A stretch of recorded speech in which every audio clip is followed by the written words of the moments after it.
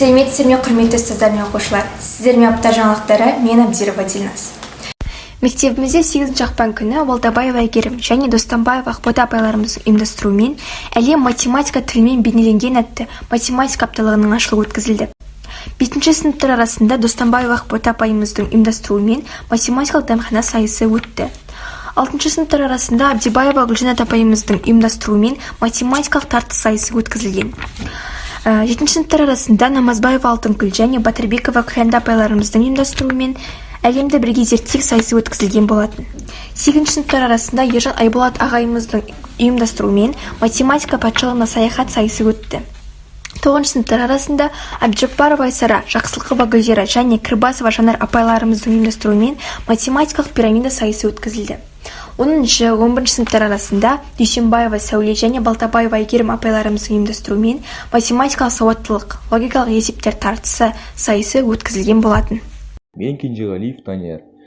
Кірбасова Жанар апай бастаған математикалық пирамида сайысында бас жүлдені иеленген болатын.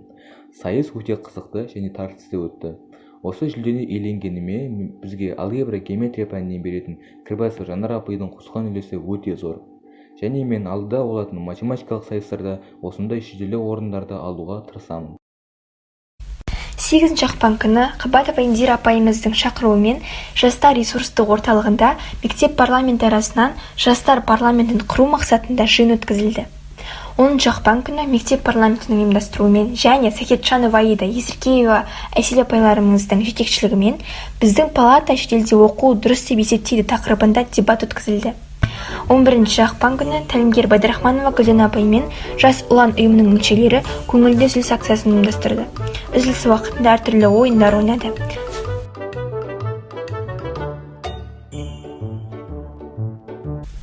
14-15 ақпан күндері мектеп парламенті ұйымының мүшелері бастауыш сынып оқушыларына көңілді үзіліс ұйымдастырды. Келесі аптада көріскенше амандықта болайық, сау болыңыздар.